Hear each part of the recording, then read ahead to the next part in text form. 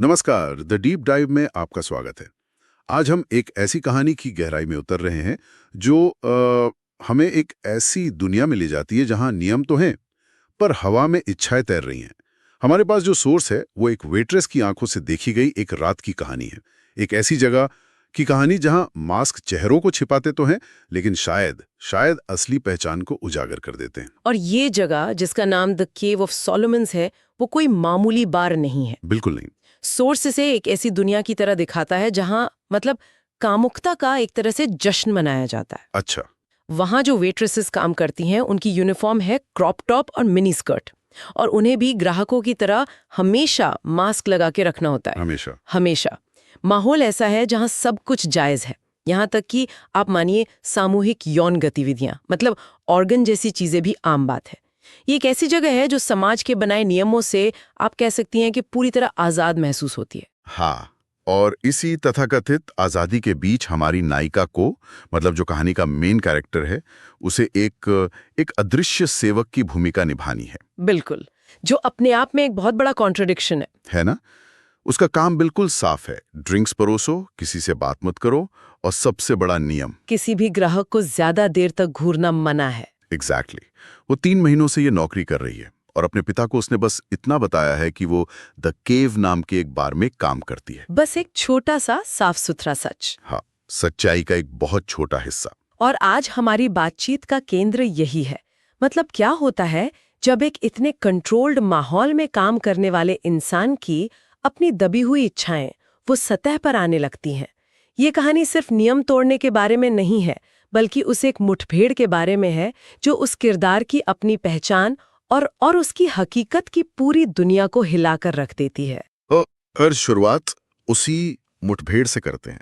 ये अजनबी कौन है और किरदार उसकी तरफ क्यों खींची चली जाती है, जबकि नियम इतने साफ हैं कि ऐसा नहीं करना है। कहानी बताती है कि वो एक कोने की मेज पर अकेले बैठा है, काले सूट में, और उसने अकेले ही हेनेसी, मोएट और आजूल जैसी महंगी शराब की कई बोतलें मंगवाई हैं। ये बात किरदार को मतलब फौरन खटकती है। बिल्कुल। और यहीं से उसका वो जो दिमागी संघर्ष है वो शुरू होता है। नियम कहते हैं कि उसे कोई मतलब नहीं होना चाहिए, राइट। लेकिन उसकी सूझ उस आदमी पर जाके टिक जाती है। वो अब सिर्फ एक ग्राहक नहीं रहता, वो एक रहस्य बन जाता है। सोर्स बताता है कि वो कल्पना करने लगती है कि वो किन औरतों के साथ सोता होगा। शायद कोई किम कार्दाशियन जैसी, कोई मशहूर और सेक्सी महिला। अच्छा। तो ये सिर्फ एक फिजिकल अट्रैक्शन नहीं है, ये एक पूरी फैंटेसी की शुरुआत है। मास्क के पार से भी वो उसके तीखे चीक बोन्स और वो जो डिम्पल वाली ठुड्डी है उसे नोटिस करती है। वो आदमी एक ऐसी दुनिया का प्रतीक बन जाता है जिससे वो पूरी तरह बाहर है। ये बहुत दिलचस्प है। तो क्या इसका मतलब ये है कि उसका ये आकर्षण उस अजनबी के लिए नहीं, बल्कि अपनी बोरिंग और कंट्रोल जिंदगी से भागने का एक जरिया है? आप बिल्कुल सही जगह पर उंगली रख रहे हैं। सोर्स में एक लाइन भी है जहां वो सोचती है कि आज रात घर जाके वो उसी आदमी के बारे में सोचते हुए खुद को संतुष्ट करेगी। हाँ, तो वो आदमी सिर्फ एक इंसान नहीं बल्कि एक विचार बन चुका है, एक वर्जित विचार। और तभी जैसे वो अपनी फैंटेसी में डूब चुकी होती है, वो आदमी उसे अपनी उंगली से इशारा करता है। हाँ, एक फिल्मी पल जैसा जहां कल्पना और हकीकत टकराती है।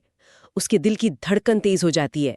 और दिमाग में सवाल कि क्या उसे और शराब चाहिए या कुछ और। एग्जैक्टली। और यहाँ से कहानी का जो तनाव है वो बढ़ना शुरू होता है।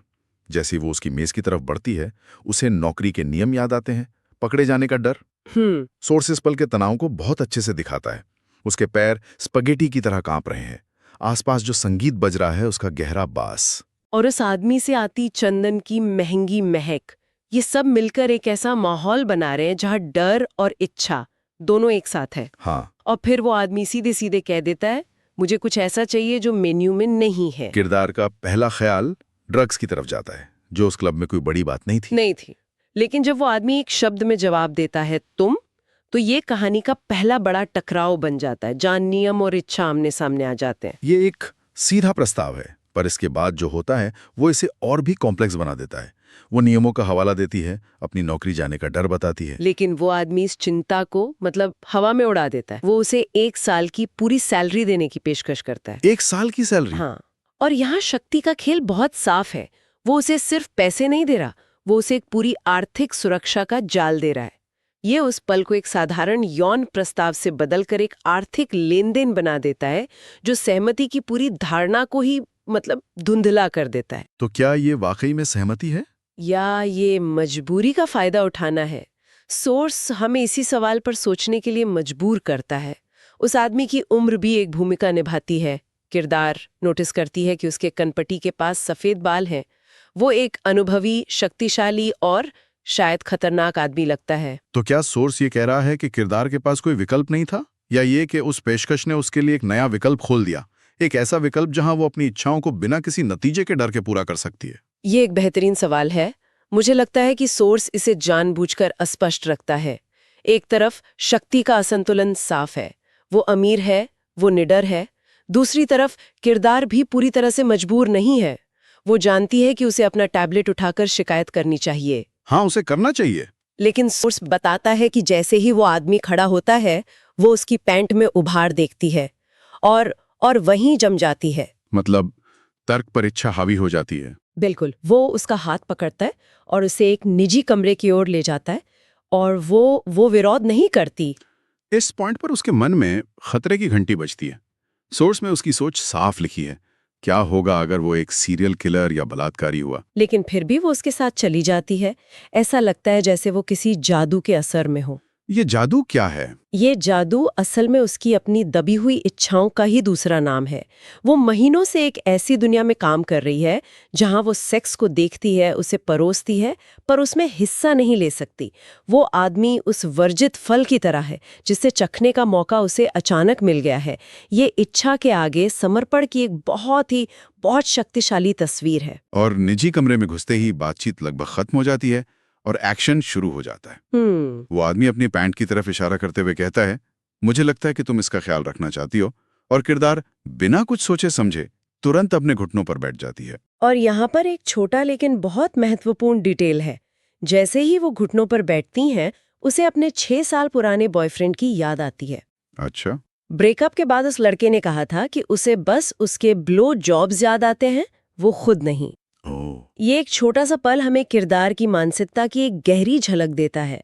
शायद वो इन यौन कृत्यों के माध्यम से एक तरह का वैलिडेशन खोज रही है। ये बहुत दिलचस्प बात है।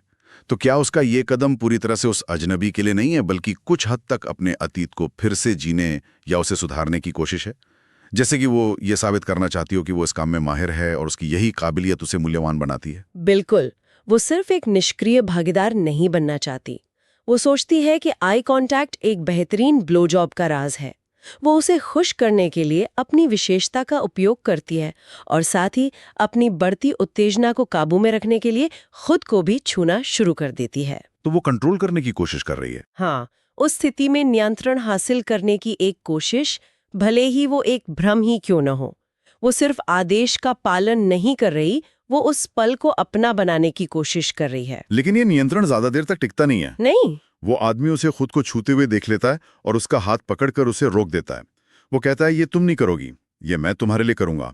इसके बाद वो उसे कमरे में रखी एक मेज पर ले जाता है, जबरदस्ती उसकी पैंटी फाड़ देता है और उसके साथ सेक्स करता है। और यहाँ किरदार की प्रतिक्रिया सबसे चौंकाने वाली है। डर या दर्द महसूस करने के बजाय सोर्स बताता है कि वो सोचती है, मेरे सुपरवाइजर, क्लब और बोरियत भाड़ में जाएं। क्या? अगर मैंने उसे मना कर दिया होता तो मैं ये सब खो देती। ये नियमों का अंतिम उल्लंघन है, लेकिन उसके लिए ये एक तरह की आजादी का क्षण बन जाता है। ये तो एक ऐसा विरोधाभास है जहां जबरदस्ती का एक कार्य उसके लिए मुक्ति का अनुभव बन रहा है। हाँ, और इस अनुभव की तीव्रता एक और डिटेल से बढ़ जाती है। क्या? उसने ऐसा महसूस नहीं किया था। तो ये उस मुठभेड़ को उसके लिए और भी खास बना देता है। और शायद इसी तीव्रता के कारण वो उस क्षण में एक और सीमा लांघना चाहती है। वो एक अजीब अनुरोध करती है। क्या अनुरोध? मेरे चेहरे पर स्खलन करो। मैं चाहती हूँ कि तुम मेरे चेहरे पर स्खलन करो। ये उसकी अपनी एक दबी हुई फैंटेसी थी, एक और वर्जित इच्छा जिसे वो उस अजनबी के साथ पूरा करना चाहती थी, जो अब अजनबी नहीं लग रहा था। ये उस पल में पूरी तरह से खुद को खो देने की उसकी इच्छा को दिखाता है। हाँ, और वो आदमी उसकी इच्छा पूरी करता है। लेकिन जब किरदार अपनी आंखें खोलती है तो कहानी का सबसे बड़ा और चौंकाने वाला सच उसका इंतजार कर रहा होता है। तो यहीं पर कहानी एक ऐसा मोड़ लेती है जिसकी किसी ने उम्मीद नहीं की थी। उस आदमी का मास्क वो उसके चेहरे से फिसल गया होता है और किरदार उसके चेहरे को पहचान लेती है। सोर्स के आखिरी शब्द बताते हैं कि उसने उस आदमी की एक छोटी उम्र की तस्वीर अपने पिता के फोटो एल्बम में देखी थी। 1 मिनट, क्या? तो वो आदमी कोई अजनबी था ही नहीं, वो उसके परिवार से जुड़ा है। हाँ, ये तो पूरी कहानी को ही पलट देता है। इसका मतलब हो सकता है कि ये कोई अचानक हुई मुलाकात थी ही नहीं। ये सब कुछ बदल देता है। बिल्कुल, ये एक झटके में उस पूरी रात के मायने बदल देता है। ये एक वर्जित यौन मुठभेड़ की कहानी से बदलकर एक बहुत ही ज्यादा जटिल और संभावित रूप से विनाशकारी पारिवारिक रहस्य की कहानी बन जाती है। जो मुठभेड़ एक अजनबी के साथ आजादी का एहसास दे रही थी, वो अब एक ऐसे इंसान के साथ हुई है जो उसके अतीत से, उसके परिवार से जुड़ा है।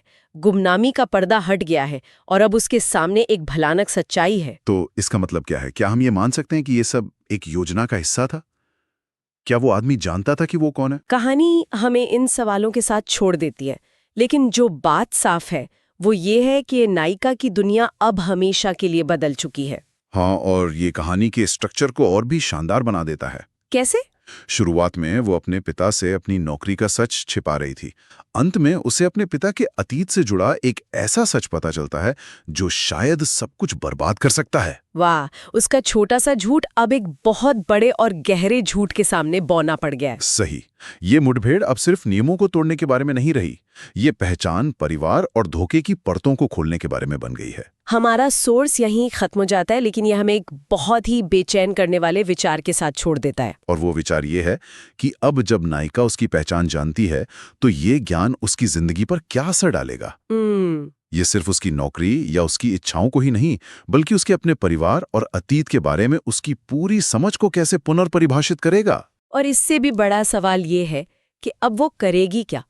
क्या वो इस राज को अपने अंदर दफन कर देगी, ठीक वैसे ही जैसे वो अपनी नौकरी का राज रखती आई है? या क्या वो इस आदमी का सामना करेगी ये जानते हुए कि इसका अंजाम उसके परिवार को बिखेर सकता है? कहानी हमें एक ऐसे नैतिक और भावनात्मक चौराहे पर लाकर खड़ा कर देती है जहां हर रास्ता तबाही की ओर जाता हुआ लगता है। वो एक वर्जित इच्छा की तलाश में निकली थी, लेकिन उसे एक वर्जित सच मिल गया।